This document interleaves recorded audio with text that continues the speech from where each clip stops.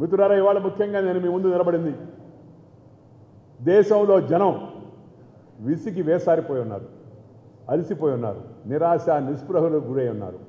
ఈ పీడ ఎప్పుడు పోతుందా, ఈ యూపీఏ ప్రభుత్వం ఎప్పుడు దిగిపోతుందా, దీని ఈ మనకు పట్టిన ఆంధ్ర దేశానికే కాకుండా దేశానికంతా కూడా పట్టినట్టు ఎక్క ఈ శని ఎప్పుడు వదులుతుందా అని చెప్పని జనమంతా ఎదురు చూస్తూ ఉన్నారు. అందువల్ల దాని గురించి అనుమానం లేదు. యూపీఏ ఈ దేశానికి ఒక శాపంగా తయారైంది.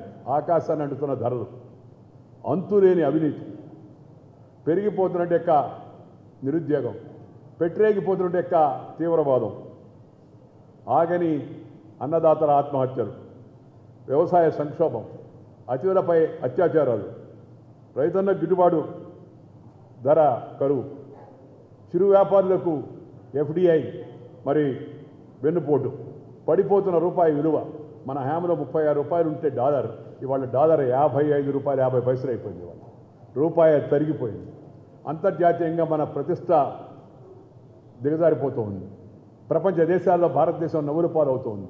ఈ మధ్యకాలంలో చూస్తున్నాం, పాకిస్తాన్ మన భారత సైనికులను పాకిస్తాన్ సీమ అవతల వాళ్ళను వధించి వాళ్ళ తలకాయలు తీసివేసి మొండ్యాన్ని వేరు చేసి తల భారతదేశానికి పంపించిందని చెప్పారంటే ఆ పాకిస్తాన్ను అలాంటి చర్యలకు పాల్పడిందంటే మన దేశం అన్నా మన ప్రభుత్వం అన్నా ఏమాత్రం లెక్కలేని విధంగా తయారైందనే విషయం మీ అందరికీ నేను గుర్తు చేస్తున్నాను. మన పక్కన ఉన్న శ్రీలంక ఇవాళ మన మత్స్యకారులను అరెస్ట్ చేయించడం కానీ, లేకపోతే అక్కడ ఉండే తమిళ సంతతి చెందిన జనం పైన జరిగిన ఓతకోత పైన కానీ విచారణ జరపాలని మనం అంటే ఏమాత్రం కూడా స్పందించే పరిస్థితి లేదు. బర్మా అలాగే ఉంది.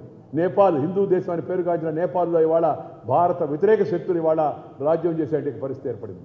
నేపాల్లో కానీ, లేకపోతే బర్మాలో కానీ, లేకపోతే శ్రీలంకలో కానీ, లేకపోతే పాకిస్తాన్లో కానీ మన దేశం యొక్క చొరవతో ఆ రోజు ఏర్పడిన యొక్క Bangladesh CBI Congress bureau of ఇన్వెస్టిగేషన్గా చేసి, ఇన్కమ్ ట్యాక్స్ డిపార్ట్మెంట్ అవుతుందో అది కాంగ్రెస్ ట్యాక్స్ డిపార్ట్మెంట్గా తయారు చేసి, ఈ డిపార్ట్మెంట్ ఐబీ అంటే ఆ ఇన్వెస్టిగేషన్ బ్యూరో అయితే అవుతుందో అది కాంగ్రెస్ కోసం ఇన్వెస్టిగేషన్ చేసే బ్యూరోగా తయారైపోయి, రాజ్భవన్ అవుతుందో కాంగ్రెస్ భవన్గా తయారైపోయి, రాజ్భవన్ యొక్క వ్యవస్థ గబ్బుబట్టి ఇవాళ దేశమంతా కూడా ప్రజలు ఎప్పుడు ఈ పీడ విరగొడవుతుందా, ఎప్పుడు ఈ ప్రభుత్వం దిగిపోతుందా అని ఎదురు చూసే పరిస్థితి వాళ్ళు వచ్చింది. దేశానికి నాయకత్వ కొరవా అని అజిత్ ప్రేమ్జీ చెప్పారు. దేశానికి నాయకత్వ కొరవా అని ఫరేక్ హెచ్ఎఫ్డిసి చైర్మన్ చెప్పాడు. నిన్నగాక మన కుమారమంగళం బిర్లా, చాలా సౌమ్యుడైన కుమారమంగళం బిర్లా, నేను 36 దేశాల్లో వ్యాపారం చేస్తూ ఉన్నాను, మా కార్యకలాపాలు ఉన్నాయి, ఇంత అనిర్ణాయక స్థితి, ఇంత అనిశ్చితి ప్రపంచంలో నేను ఎక్కడ చూడలేదని చెప్పారంటే దాన్ని బట్టి మనం అర్థం చేసుకోవచ్చు.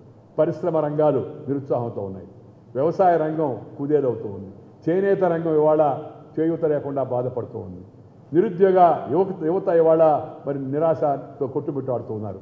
దేశంలో పెద్ద ఎత్తున పెరిగిపోతున్న యొక్క ఈ అతిథులపై అత్యాచారాలు అవుతున్నాయో దానికి అంతు పొంతు లేకుండా పోయే పరిస్థితి మనకు కనబడతా ఉంది. అలాగే ఇవాళ సమాజంలో ఉన్న ప్రతి వర్గం కూడా ఈ ప్రభుత్వం పట్ల అసంతృప్తితో ఉన్నారు, ఈ ప్రభుత్వం పట్ల ఆగ్రహంతో ఉన్నారు. ఇది నేను ముందు మీ అందరికి కూడా గుర్తు చేసుకునే విషయం. జనం చూస్తూ ఉన్నారు. ఎన్డీఏ హయాంలో పురోగమనం, యూపీఏ హయాంలో తిరోగమనం. ఎన్డీఏ హయాంలో మూవింగ్ ఫార్వర్డ్, యూపీఏ హయాంలో లుకింగ్ బ్యాక్వర్డ్, సిచ్యుయేషన్ ఆక్వర్డ్. ఇది పరిస్థితి వాళ్ళ మనం చూస్తే. అక్కడేమో ముందడుగు, ఇప్పుడేమో వెనకడుగు. ఎన్డీఏ హయాంలో అభివృద్ధికి అగ్రతాంబూలం, యూపీఏ హయాంలో అవినీతికి అగ్రతాంబూలం. ఇంత పెద్ద తేడా మనకు స్పష్టంగా కనబడుతూ ఉంది. ఎన్డీఏ హయాంలో 4% మొదలుపెట్టి అభివృద్ధి రేటును మనం 8.49% పెంచాం. కాంగ్రెస్ హయాంలో ఆ 9% మొదలుపెట్టే అభివృద్ధి రేటు ఇవాళ 4.6%, 5% ఇవాళ కాంగ్రెస్ దిగజార్చింది. మన హయాంలో 10% ఉన్న ద్రవ్యోల్బణాన్ని మనం అదుపు చేసి 4% తీసుకొచ్చాం. కాంగ్రెస్ 4%గా తనకు మరి వారసత్వంగా సంక్రమించిన ద్రవ్యోల్బణాన్ని ఇవాళ 10%కి విజయవంతంగా తీసుకెళ్ళిపోయింది. అధిక ధరలు, అవినీతి, అరాచకత్వం, ఆగని టెర్రరిస్టు కార్యకలాపాలు ఇవన్నీ కూడా ఇవాళ దేశంలో మన ముందు స్పష్టంగా కనబడుతూ ఉన్నాయి. దీంతోపాటు ఎన్డీఏ హయాంలో సంకీర్ణ ధర్మాన్ని పాటించాం. శ్రీ అటల్ బిహారీ వాజ్పేయి 23 పార్టీలను కలుపుకొని వాటన్నిటితో కలిపి 5 ఏళ్ల పాటు సమర్థవంతమైన ఏబుల్ లీడర్ స్టేబుల్ గవర్నమెంట్. ఇవాళ యూపీఏ ప్రభుత్వం సంకీర్ణ ధర్మాన్ని పాటించదు. నేను మామూలుగా చెప్తూ ఉంటాను, right hand proposes, left hand opposes, mind disposes అని చెప్పాను. ఒకరు ఆ మాట అంటారు, ఒకరి మాట అంటారు. డిఎంకే ఒక మాట చెప్పొద్ది, సమాజ్వాదీ పార్టీ ఇంకో మాట చెప్పొద్ది, బీఎస్పీ ఇంకో మాట చెప్పొద్ది, తృణమూల్ బయటకు వెళ్ళిపోయింది. వీళ్ళందరూ కూడా ఎవరు కూడా మాట వినే పరిస్థితి లేదు. వాళ్ళందరినీ కలిపి ఉంచే సమర్థవంతమైన నాయకత్వం ఇవాళ కాంగ్రెస్ పార్టీ కొరవడింది, దేశానికి కొరవడిందనే విషయం మన అందరూ కూడా అర్థమవుతుంది. అభివృద్ధిలో ఎన్డీఏ పాలిత రాష్ట్రాలు ముందడుగు, కాంగ్రెస్ పాలిత రాష్ట్రాలు వెనకడుగు. స్పష్టంగా మీరు ఉదాహరణ ఇస్తే మీకు త్వరలోనే సామగ్రి అంతా కూడా సమాచారాన్ని అంతా కూడా సేకరిస్తూ ఉన్నాం. సేకరించా కూడా వాటన్నింటినీ తెలుగులోకి తర్జుమా చేసి మీకు మన రాష్ట్ర ప్రభుత్వాలు తీసుకున్నట్టు చర్యలు ఒకటి కాదు చెప్తే చాలా సమయం పడుతుంది. 1% వడ్డీ రేటు రైతులకు ఇచ్చే వడ్డీ 1% వడ్డీకి 0% వడ్డీ కొన్ని రాష్ట్రాల్లో. కేంద్రంలో ప్రభుత్వం ఇంకా 7% వసూలు చేస్తూ ఉంది. వాళ్ళు మహిళలకు భాగ్యలక్ష్మి పథకం, అమ్మాయి పుడితే 18,000 బ్యాంకులో వేసే పథకం, ఆరోగ్యపరమైన వాళ్ళ రక్షణ కల్పించే దానికోసం చెప్పిన పథకం, భూసార పరీక్షలు, అందరికీ వైద్య పరీక్షలు జరిగే కష్టంగా ఉంటే గుజరాత్ ప్రభుత్వం ప్రతి రైతు యొక్క పొలానికి కూడా పరీక్షలు జరిపి దాంట్లో సారం ఎంత ఉందని భూసార కార్డు ఇచ్చే పరిస్థితిని గుజరాత్ ప్రభుత్వం ప్రవేశపెట్టింది. దేశమంతా కూడా కరెంటు సంక్షోభం ఉంది. వాళ్ళ ఆంధ్రప్రదేశ్ అంధేరా ప్రదేశ్గా తయారైపోయింది. వాళ్ళు నిన్న కూడా వాళ్ళు వచ్చి చాలామంది ఇక్కడ ఈ ఏరియా నాచారం ఇండస్ట్రియల్ ఎస్టేట్లో ఉన్న వాళ్ళందరూ చెప్పారు, ఉప్పర్ ఇండస్ట్రీ ఎస్టేట్ అంతా, సార్ అన్యాయంగా ఉంది సార్, 4 గంటలు 3 గంటలు ఎప్పుడు వస్తుందో కరెంటు అర్థం కాని పరిస్థితి, పీక్ అవర్లో వాడితే 5 times ఎక్కువ పెనాల్టీ వేస్తున్నారు చెప్పారు. కానీ బీజేపీ పాలిత రాష్ట్రమైన గుజరాత్లో 24/7 నో పవర్ కట్, ప్రతి పల్లెకి 18,000 గ్రామాలకు నిరాటంకంగా కరెంట్ ఇస్తున్నారు. పరిశ్రమలందరూ టాటా నుంచి బాటా నుంచి అందరూ కూడా మేము గుజరాత్ వెళ్తా ఉంటున్నారు, ఎందుకంటే పవర్ కట్ లేదు, అవరోధాలు లేవు, అడ్డంకులు లేవు. ఛత్తీస్గఢ్ ఇవాళ అలాగే పవర్ సర్ప్లస్ స్టేట్గా తయారైపోయింది, 24 hours కరెంట్ ఇచ్చే పరిస్థితి ఉంది. కానీ ఆంధ్రప్రదేశ్లో మనం అందరం గమనిస్తున్నాం, హైదరాబాద్లో 4 గంటలు, జిల్లా కేంద్రాలు 6 గంటలు, మండల కేంద్రాలు 8 గంటలు, గ్రామాల్లో 12 గంటలు పవర్ కట్. అది ఏందయ్యా అంటే ముఖ్యమంత్రి గారు తొందరలో పరిస్థితి బాగుపడుతుంది. ఎప్పుడు బాగుపడిన పరిస్థితి? ముందు చూపు లేదు మీకు. అలాంటి ప్రయత్నాలు వాళ్ళు చేయరా? అలాగే అది 15 సూత్రాల పథకం కావచ్చు, 20 point ప్రోగ్రాం కావచ్చు, మాల్ న్యూట్రిషన్ విషయం కావచ్చు, లేకపోతే దారిద్ర్య నిర్మూలన కావచ్చు, గృహ నిర్మాణ పథకం కావచ్చు, ప్రధానమంత్రి సడక్ యోజన కావచ్చు, ఆ యొక్క రాష్ట్రాల్లో అభివృద్ధి ఆ యొక్క ఇండెక్సెస్ చూస్తే బీజేపీ పాలిత రాష్ట్రాలు, ఎన్డీఏ పాలిత రాష్ట్రాలు ముందున్నాయి, కాంగ్రెస్ పాలిత రాష్ట్రాలు వెనక్కున్నాయి. పెట్రోల్ ధరాఘాతానికి తట్టుకోలేకపోతే జనం, గోవా ముఖ్యమంత్రి పెట్రోల్ పైన వ్యాట్ను తీసేసి మొత్తం ఇండియా అంతా ఒక రేట్ అయితే గోవాలో ₹10.40 పెట్రోల్ రేటు తక్కువ. ఇలాంటి అద్భుతమైన కార్యక్రమాలు చేపడుతూ ఉన్నాయి బీజేపీ పాలిత రాష్ట్రాలు. కానీ కాంగ్రెస్ పాలిత రాష్ట్రాలు ఒకదాంతో ఒకటి పోటీ పడుతూ ఉన్నాయి, ఆత్మహత్యలు పెరుగుతూ ఉన్నాయి, అత్యాచారాలు పెరుగుతూ ఉన్నాయి. నేను ఇందాక చెప్పినట్టుగా అంధకారంగా రాష్ట్రాలు తయారైపోయే పరిస్థితి ఉంది ఇవాళ. అందుకని మిత్రులారు, ఇవాళ కాంగ్రెస్, నేను రేపు బడ్జెట్ పైన పార్లమెంట్లో మాట్లాడబోతున్నాను, రాజ్యసభలో బడ్జెట్ ప్రసంగం ఉంది నాకు, అందుకే త్వరగా ముగించి వెళదామని కూడా చూస్తున్నాను. ఉదయం రేపు పార్లమెంట్లో రాజ్యసభలో బడ్జెట్ పైన చర్చ నన్ను ప్రారంభించమని చెప్పని పార్టీ ఆదేశించింది. నేను బడ్జెట్లో కానీ గమనిస్తే ఈ బడ్జెట్లో యూపీఏ ప్రభుత్వం వచ్చిన తర్వాత గత 5 ఏళ్లలో 31,11,000 కోట్లు ధనికులకు పన్ను మినహాయింపు ఇచ్చింది, డ్యూటీ మినహాయింపు ఇచ్చింది. 31,11,000 crores, అస్టానిషింగ్ అమౌంట్. ఇండియన్ బడ్జెట్టే 14 లక్షల కోట్లు, 31,11,000 కోట్లు ఇవాళ వాళ్ళకి రాయితీలు ఇచ్చింది. కానీ పేదలపైన భారం మోపుతూ ఉంది. వాళ్ళ పేదలపైన పెట్రోల్ ధర పెంచింది, డీజిల్ ధర పెంచింది, ఎల్పిజి గ్యాస్ సిలిండర్ ధర పెంచింది, దానిపైన కోత విధించింది. అలాగే ఫర్టిలైజర్ ధర పెంచింది, డిఏపి ధర పెరిగింది, ఎన్పీకే ధర పెరిగింది, అన్ని రకాల ఎరువుల ధరలు. కాంగ్రెస్ వచ్చిన తర్వాత 30 సార్లు పెట్రోల్ ధర పెంచింది. కాంగ్రెస్ వచ్చిన తర్వాత 14 సార్లు ఎరువుల ధర పెంచింది. ఇలా వస్తువుల ధర పేదవాళ్ళపైన ఏమో భారం, ధనికులకేమో పెద్ద వాళ్ళకి అనుకూలమైన పద్ధతులు. అందుకే నేను చెప్పాను, ఈ ప్రభుత్వం ఏంటంటే words for the poor, deeds for the rich. ధనికులకేమో మూటలు, పేదలకేమో మాటలు. ఇదే కాంగ్రెస్ పార్టీ యొక్క విధానం. దీన్ని మనం జనంలోకి తీసుకెళ్లి స్పష్టంగా చెప్పడానికి అవసరం ఎంతో కూడా ఉంది. మిత్రులారా, మహిళా రిజర్వేషన్ మర్చిపోయింది, ఇదిగో వచ్చేస్తుంది అన్నారు. 9 సంవత్సరాలు పూర్తయిపోయి విదేశాల్లో ఉన్న నల్లధనాన్ని నిధి తెచ్చే ప్రయత్నం మర్చిపోయింది. 25 లక్షల కోట్ల రూపాయలు విదేశ బ్యాంకుల్లో, స్విస్ బ్యాంకుల్లో, ట్యాక్స్ హెవెన్స్లో ఉన్నాయని చెప్పని లెక్కలు చెప్తూ ఉన్నాయి. సిబిఐ డైరెక్టర్ స్వయంగా చెప్పాడు, మన లెక్కలు ఇంకా ఎక్కువ ఉన్నాయి, 60 లక్షల కోట్లు ఉందని. కానీ సిబిఐ డైరెక్టరు ప్రభుత్వంలో పనిచేసిన వ్యక్తి అశ్విని కుమార్ 25 లక్షల కోట్లు black money of Indian people they are in Swiss banks అనే విషయాన్ని ఆయన స్వయంగా చెప్పాడు. ఆ నల్లధనాన్ని వెలికితీసే ప్రయత్నం ఏమాత్రం కూడా ప్రభుత్వం చేస్తున్నట్టుగా మనకు కనపడడం లేదు. ఆహార భద్రత గురించి ఇన్నినాడు మాడకుండా ఇప్పుడు ఎలక్షన్ దగ్గరికి వచ్చేసరికి ఆహార భద్రత ఏర్పాటు చేస్తూ ఉంటారు. 9 ఏళ్ల పాటు ఏం చేస్తున్నారు? నిద్రపోయారా? దీనికి వాళ్ళ దగ్గర నుంచి మాట ఏది కూడా లేదు.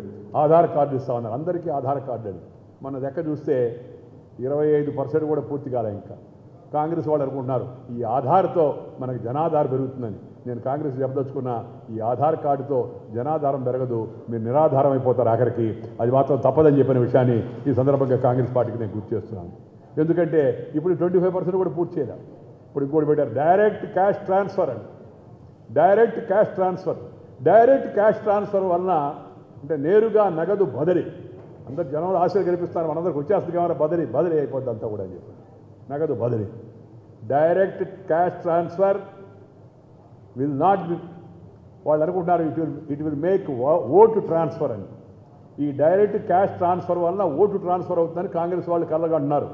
నేను వాళ్ళకి మనవి చేసుకున్నా, ఓటు ట్రాన్స్ఫర్ కాగా డైరెక్ట్ క్యాష్ ట్రాన్స్ఫరు కాస్త రిజిమ్ ట్రాన్స్ఫర్, ప్రభుత్వ మార్పుకి ఇది దారి తీస్తుంది, ఆఖరికి అధికారం బదిలీ అవుతుందనే విషయాన్ని కాంగ్రెస్ పార్టీ గుర్తుపెట్టుకుంటే మంచిది.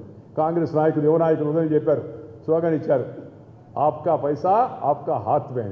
కాంగ్రెస్ హయాంలో ఆప్కా పైసా కాంగ్రెస్ కే హాత్ మే, బాద్ మే ఉన్కా జేబ్ మే. ఈ స్థితి ఈ పరిస్థితి తయారైపోయింది కాంగ్రెస్ లేకపోయారు. మన డబ్బు వాళ్ళ చేతుల్లో, అంతేగాని జనంకి ఆ డబ్బు వచ్చేటికి అవకాశం లేదు. ఇవైతే స్కాలర్షిప్లు, పెన్షన్లు ఇవన్నీ కూడా రాష్ట్ర ప్రభుత్వాలు ఇప్పటికే డైరెక్ట్గా ఎంఓ ద్వారా, మనీ ఆర్డర్ ద్వారా కొన్ని, అలాగే ట్రెజరీ ద్వారా, అలాగే కొన్ని నేరుగా కూడా అందజేస్తున్న బ్యాంక్ అకౌంట్ ద్వారా అందజేస్తున్నారు. ఈ దేశంలో 132 మందికి బ్యాంక్ అకౌంటే లేవు. 32% of Indian people do not have bank account at all. So wire is the question of giving it, transferring it to direct bank account. ఈ విషయాన్ని మనం గుర్తుపెట్టుకోవడానికి అవసరం ఎంతో ఉంది. ఇంకో మాట కూడా చెప్పారు, మహిళల కోసం బ్యాంకు పెడతారట. ప్రజలను మభ్యపెట్టే ప్రయత్నం చేస్తారు. మహిళల కోసం బ్యాంకు, మహిళల జనాభా ఎంత? 60 కోట్లు. మహిళల కోసం పెట్టే బ్యాంక్ ఎన్ని బ్రాంచులు? ఒక్క బ్రాంచ్. అంటే ఉప్పల్లో, లేకపోతే మన నాచారంలో, లేకపోతే పోచంపల్లిలో, లేకపోతే అనకాపల్లిలో, అది కాకపోతే అనంతపురంలో, అది కాకపోతే తమిళనాడు తిరుచిరాపల్లిలో ఏదైనా మహిళకి అవసరం వస్తే ఢిల్లీకి పోయి బ్యాంక్ అకౌంట్లో ఓపెన్ చేసుకోవాలి. అక్కడ ఉండే ఆమె మీ వీధి నుంచి, మీ పేట నుంచి. For the entire country 1 bank. అది కూడా ఎంత? 1000 కోట్లట. State Bank of India capital ఎంతో తెలుసా? 1,40,000 crores. ఒక్క బ్యాంకుకు 1,40,000 crores ట్రాన్సాక్షన్ ఉంటే ఈ మొత్తం ఇండియాలో ఉన్న మహిళలందరికీ కలిపి ఒక బ్యాంకు పెడతారట, దానికి 1000 కోట్ల మూలన తీస్తారట. తెలివైన ప్రభుత్వం అయి ఉంటే ప్రతి బ్యాంకులో కూడా ఇచ్చే రుణాలలో ఇంత శాతం తప్పనిసరిగా మహిళలకు అందజేసేట్టుగా చూడాల్సిందని చెప్పి ఉండాల్సింది. చిత్తశుద్ధి లేదు. ఇవన్నీ కూడా జిమ్మిక్స్, ఇవన్నీ కూడా చౌకబారు ఎత్తుగడలు తప్పితే జనానికి దీర్ఘకాలికంగా మేలు చేసే ప్రయత్నం లేదు. అందుకని ఈ బ్యాంకు కూడా అలాంటి ప్రహసనం లాంటిదని మీ అందరికీ కూడా మనం చేస్తున్నాను. ఇంకో మాట చెప్పారు, నిర్భయ ఫండ్. నిర్భయం 1000 కోట్లు పెట్టాం, నిర్భయంగా ఉండండి. 1000 కోట్లు పెడితే నిర్భయం అయిపోతే దేశంలో ఉన్న మహిళలందరికీ కూడా. ఈ దేశంలో జరుగుతున్న పరిస్థితులు, న్యాయపాలికకే, న్యాయ వ్యవస్థకే ఫాస్ట్ ట్రాక్ కోర్టులు పెట్టాలంటే, జడ్జెస్ ఖాళీలన్నీ పూర్తి చేయాలంటే, దేశంలో ఆ న్యాయాన్ని వేగవంతం చేయాలంటే దానికే 25,000 కోట్లు కావాలి. ప్రభుత్వం మొత్తం కేటాయించింది 1000 కోట్ల రూపాయలు. అంటే అలా చూపించడం మీకు చూడండి, మీకు ఏదో చేస్తున్నామని చెప్పాను. మూడోది ఇంకో మాట చెప్పాడు ఆయన ఆర్థిక మంత్రి, youth they are my priority. ఏం చేస్తామంటే 1000 కోట్లు ఇచ్చేస్తున్నా అన్నాడు. ఈ దేశంలో 120 కోట్ల జనాభా ఉంటే దాంట్లో యూత్ సుమారు 60% పైగా యూత్ ఇవాళ ఆ రేంజ్లో ఉంటే వాళ్ళకి 1000 కోట్లు ఇస్తాక. వీళ్ళకి సమాధానం ఒకటే, నేను ఇందాక చెప్పాను కదా సమాధానం. గుజరాత్లో యువకులకు శిక్షణ ఇచ్చేందుకు గుజరాత్ రాష్ట్ర ప్రభుత్వం బడ్జెట్లో 800 కోట్లు కేటాయించింది. 1 state of Gujarat 800 crores, entire country of 120 crore population 1000 crores. Madhya Pradesh 500 crores. నేనే వెళ్ళాను మొన్న, స్కిల్ డెవలప్మెంట్ సమిట్ అని పెట్టాడు ముఖ్యమంత్రి. నన్ను ముఖ్య అతిథిగా పిలిస్తే వెళ్ళాను నేను మధ్యప్రదేశ్లో లాంచ్ చేయడానికి. 500 crores budget in Madhya Pradesh, 800 crores in Gujarat, and entire country 1000 crores. ఎంతో ఏదో చిన్నపిల్లకాయలకి లాలీపాపులు ఇచ్చినట్టుగా, ఏదో ఏడుస్తుంటే పప్రమెంట్లు ఇచ్చినట్టుగా, లేకపోతే చీకులు ఉండేవి, చీకులు పాత రోజుల్లో ఇలాంటి వాటితో మీరు ఏదైనా చేయాలనుకుంటే దేశ ప్రజలు అంత అమాయకులు కాదు, యువకులు అమాయకులు కాదు, మహిళలు అమాయకులు కాదు. దీన్ని గుర్తుపెట్టుకోవాల్సిన అవసరం అంతా కూడా ఉంది వాళ్ళు. అందుకని మిత్రులారా, ఇవాళ అంతర్జాతీయంగా ప్రతిష్ట మరకబారింది. అవినీతికి అడ్డు ఆపు లేకుండా తయారైపోయింది. వాళ్ళు రూపాయి విలువ తరిగిపోయింది, అభివృద్ధి కుంటుపడింది. ఎక్కడ చూసినా లోటే, లోటు, fiscal deficit, revenue deficit, current account deficit everywhere, no idea anywhere. ఎక్కడ పట్టిన లోటు. ఈ లోటే రేపు రాబోయే ఎన్నికల్లో కాంగ్రెస్ పార్టీకి చేటు. అది కాంగ్రెస్ పార్టీ గుర్తిస్తే మంచిదని చెప్పని సందర్భంగా నేను కాంగ్రెస్ సోదరులకు మనవి చేస్తున్నాను.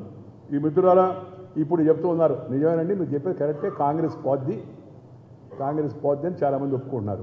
కాంగ్రెస్ వాళ్ళు కూడా అంటున్నారు ఏది గ్యారంటీ అని. మరి కానీ ఎవరికి మెజార్టీ రాదని అంటే అందరినీ ద్రాక్ష పళ్ళు పొలనా అని చెప్పి అన్నట్టుగా వాళ్ళ చేతిలో నుంచి పోతుంది కాబట్టి ఎవరికి రాదని ప్రచారం చేస్తున్నారు. ఈ ప్రచారాన్ని కూడా మనం తిప్పికొట్టడానికి అవసరం అంతా కూడా ఉంది. ప్రజలు ప్రత్యామ్నాయం తప్పనిసరిగా తీర్పిస్తారు. ఇంతకుముందు కూడా తీర్పిచ్చారు. కాంగ్రెస్ వద్దనుకున్నప్పుడు బీజేపీ నాయకత్వాన్ని ఎన్డీఏ ప్రభుత్వానికి తీర్పిచ్చారు. బీజేపీకి 184 సీట్లు పార్లమెంట్లో కట్టబెట్టింది కూడా భారత ప్రజానికం అనే సందర్భంగా మీ అందరికీ కూడా నేను మనం చేస్తున్నాను.